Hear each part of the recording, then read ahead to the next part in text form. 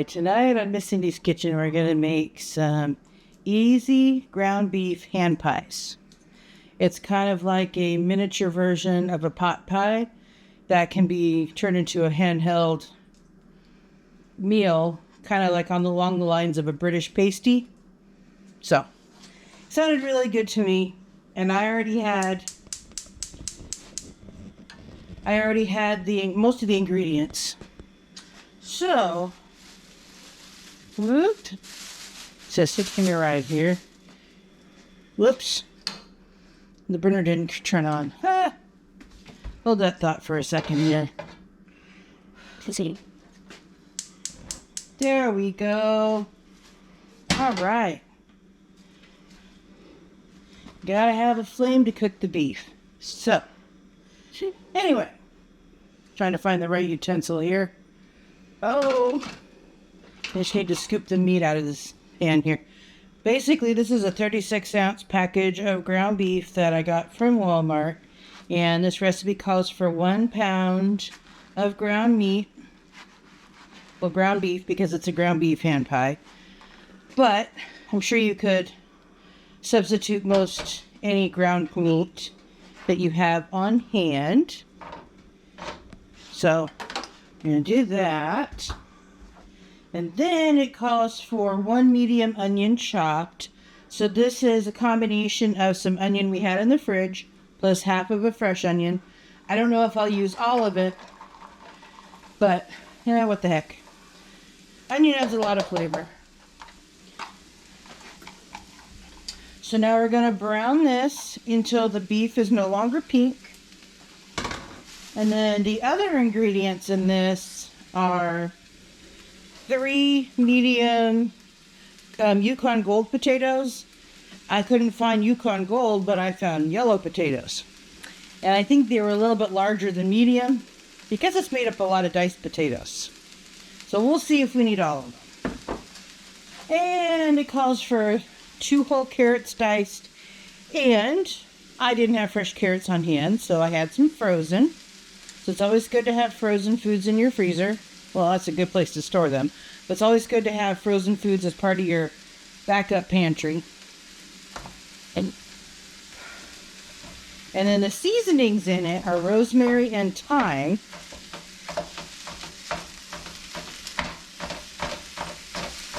So, we're going to let the beef get to cooking. And I'm going to go ahead and while that's cooking, I will get the muffin pans ready. It says this makes 8. However, based on the ingredients, I think it's going to make more than 8.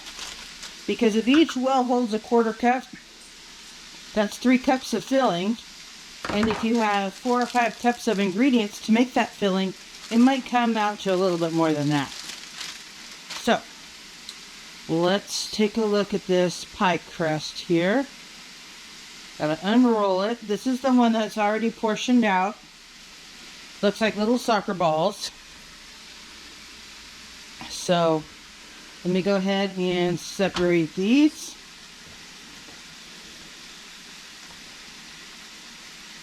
Alright.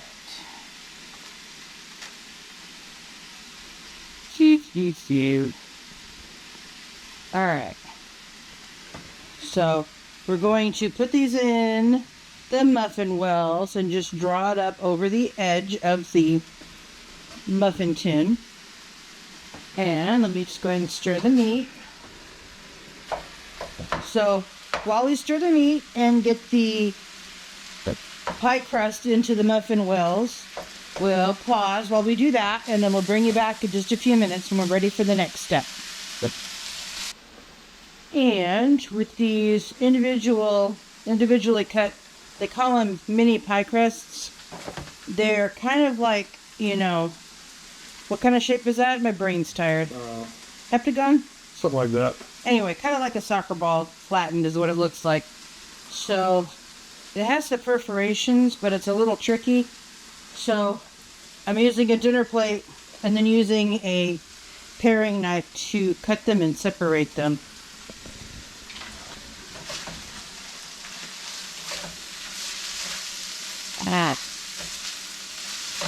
So this is actually almost ready to make the filling. So I'm going to take out some of the grease with my paper towel and tongs. So then we do that, and then I'm going to make a roux with flour and some broth. I just want to take away some of the hamburger grease.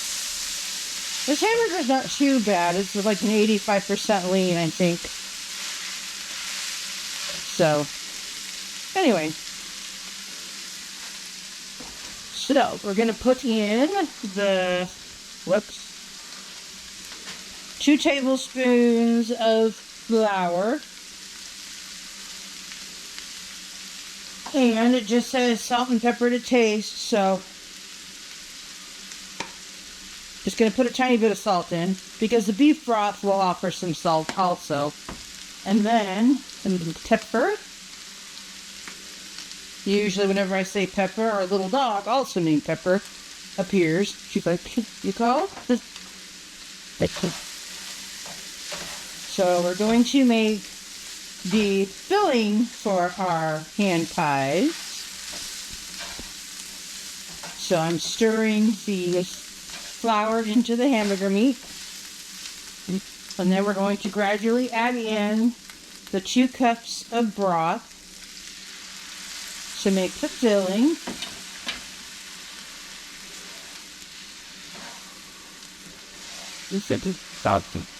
It'll gradually thicken.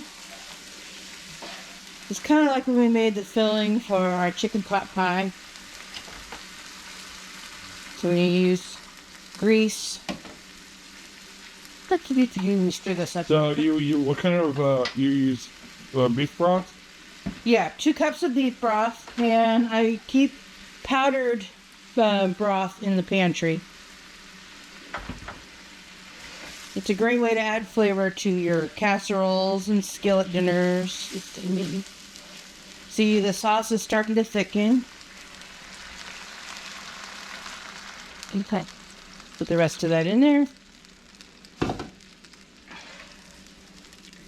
And I made sure to measure it this time, because the last time I guessed how much bouillon to put in the water, I ended up making our dish too salty. So I used 2 teaspoons to 2 cups of water. So now we're going to add in our carrots. Only because they're slightly frozen. So I'll go ahead and add in all the potatoes. We may end up having more pasties than we thought, but come on. Gotta break it up here. There we go. So now we're gonna let the potatoes soften and the carrots soften a little bit. And let's put in our thyme and rosemary. This rosemary is actually kind of hard to get out of this. It's these little bitty sticks of rosemary coming out of this itty bitty hole. So that's why I haven't been using this one, which is kind of a pain in the butt. But actually, we'll just guesstimate a half a teaspoon, because I can't shake this stuff into the recipe. So instead, in lieu of the rosemary, I'm just going to add in a little bit of Italian seasoning. This has rosemary in it. Why do they do that? I don't know. I don't know anybody who really likes to have sticks in their food, except dogs. She eats anything. And we have half a teaspoon of thyme. Kind of like Simon and Garfunkel, we have thyme in a bottle here. No, that's I get those things. That's not that you're talking about rosemary and thyme. That's art, and yeah, that's Simon and Garfunkel. You're thinking of Gordon Lightfoot and thyme in a bottle. Thyme in a bottle. Anyway. Whoops. Dahlia's like, score! I got a piece of potato on the floor. But So if this were to make 8 hand pies, at a 1/4 cup of filling each, that would be a total of 2 cups of filling if you expand it out. I think that's going to be more than 8 hand pies. So I'm going to set up 12 wells and see where we're at. And if we have more filling, I will make up the rest of To stew. this. Well, it looks like stew. I will make up the rest. I'm gonna let that cook while I get these pie shells in here, because it calls for 2 packages of pie crust, because you need a bottom crust and a top crust. And the trick is you want to have enough on the edges, so that way the top and the bottom of the pie crust will meet, and therefore not have the pasties spring a leak while they're cooking. I know there's a technical term for that, but you all know what I mean. You don't want the pie filling to seep out. So, I'm going to just keep on doing this. And I have 2 packages of this pie crust. Alright. So, this actually made great quiche. So, I knew it would make great muffin size pies. So, every now and then our grocery outlet has this pie crust on sale. Sometimes it's the standard size and sometimes it's the minis. Just depends about what they get in. And I got a second pie pan here, muffin pan, just in case. Dolly is not getting enough attention, so she's showing you all, or letting you hear, her new squeaky toy Daddy picked out the other day. Yes. Mommy, throw the ball. I know you're busy, but throw the ball. Oh, yeah. All right. So, let me go ahead and stir the filling. Doesn't that look yummy?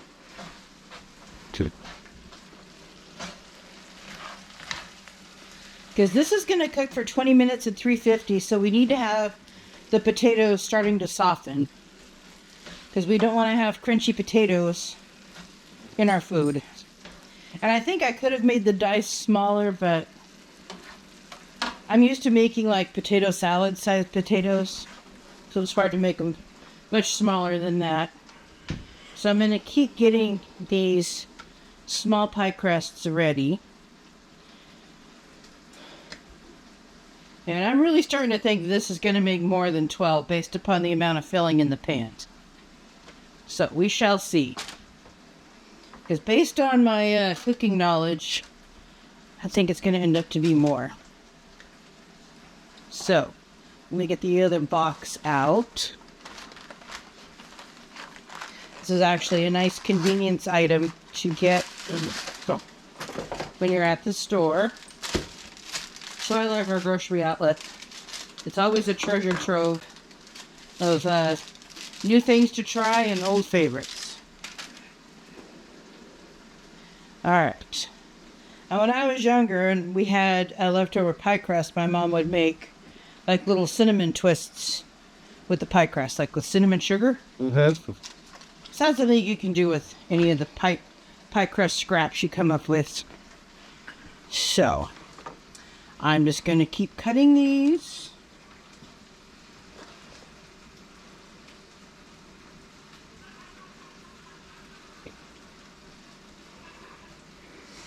Good.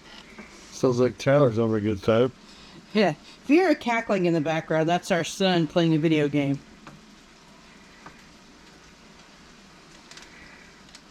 It's that cackle of victory. Kind of like when a chicken lays an egg, they give you a cackle of victory. Yeah. Alright. So, I think the filling is probably getting close to ready, so I will do that momentarily. Alright. Okay. So let's take a look here. Ooh, this not look good. Sure does. Yeah.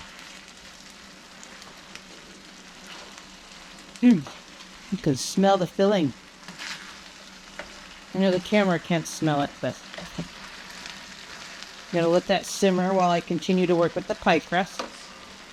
Because this way we'll have them all ready. So why don't you pause and I'll get the rest of these pie crusts ready. Alright, and we're back. And we're ready to assemble our hand pies. Make sure you like and subscribe and share this video to your friends and leave us a comment. We love hearing from you. And this calls for putting a 1/4 cup of filling in each muffin well. And you don't want to overfill it because it will end up making a mess. So let's just try to do just an exact 1/4 cup. It's like making miniature pot pies. There's a lot of potatoes here, so we'll see how much filling we have, because we have a total of 14 top and bottom pie crusts, so we could make a few more.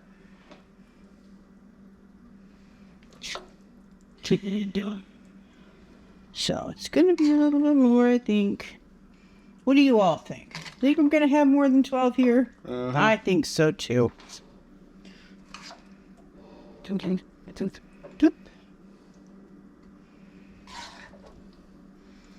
Whoever said this makes 8 hand pies, I think they must have maybe had jumbo-sized muffin pans.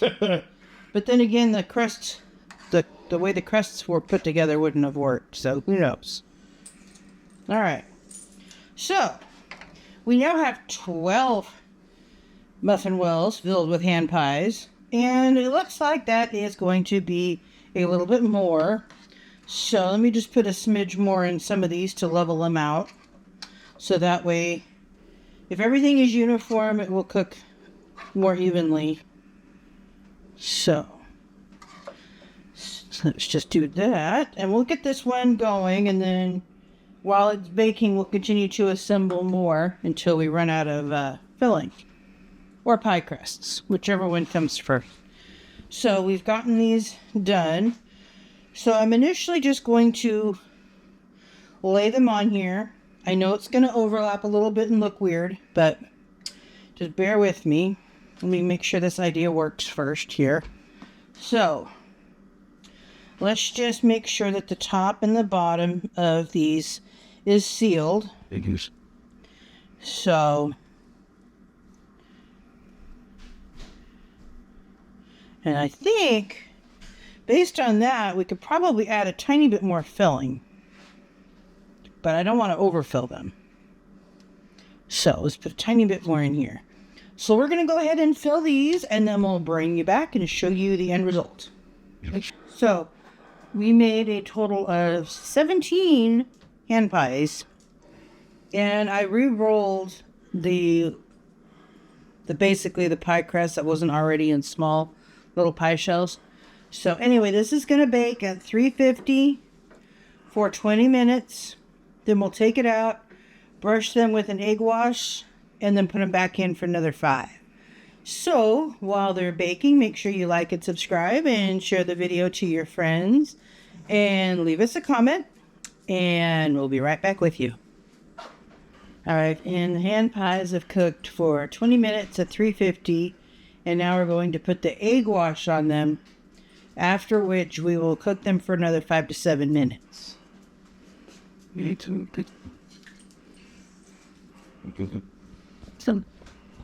So this is 1 egg and a tablespoon of water. I think I got a little too much water in there, but it'll all work. This is just to give a gloss and crisp up the crust. I think next time I will smooth them out around the edges so they're not so uneven. So here, let me switch spots here. Volume is...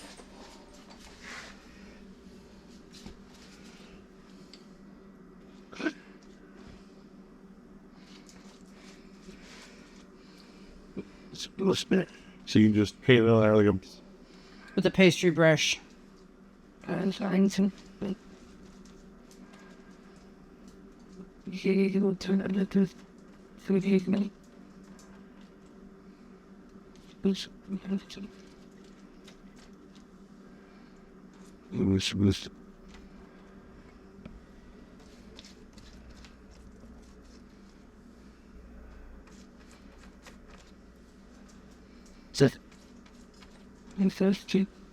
Alright. So now I'm going to put them back in the oven.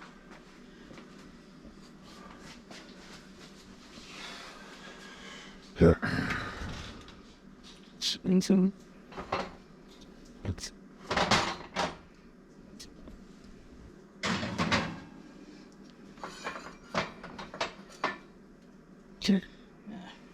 Alright. So that'll cook for about 5 to 7 minutes, and then we'll bring you back and show you what the finished pasties look like. And these have now cooked about 6 minutes with their egg wash on them. And I think next time I make them, I will fill them up a little higher, because the ones where the top is concave, the egg filling made like a little puddle of like scrambled egg on top. Anyway, this was the first time I made this recipe. So what I'll do next time is to tidy up the crust a little bit at the time that I put them in there. Make it a little bit neater. But then again, pies and pie crust are something that I'm going to be working on this year. So anyway, this needs to cool a little bit, and then we'll do a taste test. So make sure you have liked and subscribed, and share this video to all of your friends, and leave us a comment. And soon we will have a taste test, and you can see how yummy this is. Alright, Logan, you'll need to grab a fork.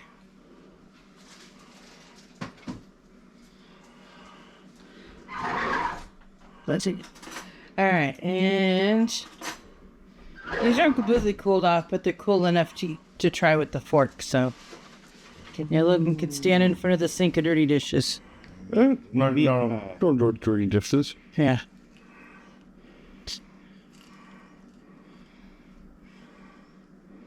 Yeah, I just hope that's not on fall plate.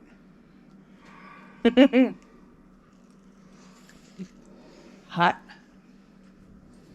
How's it taste? Hot.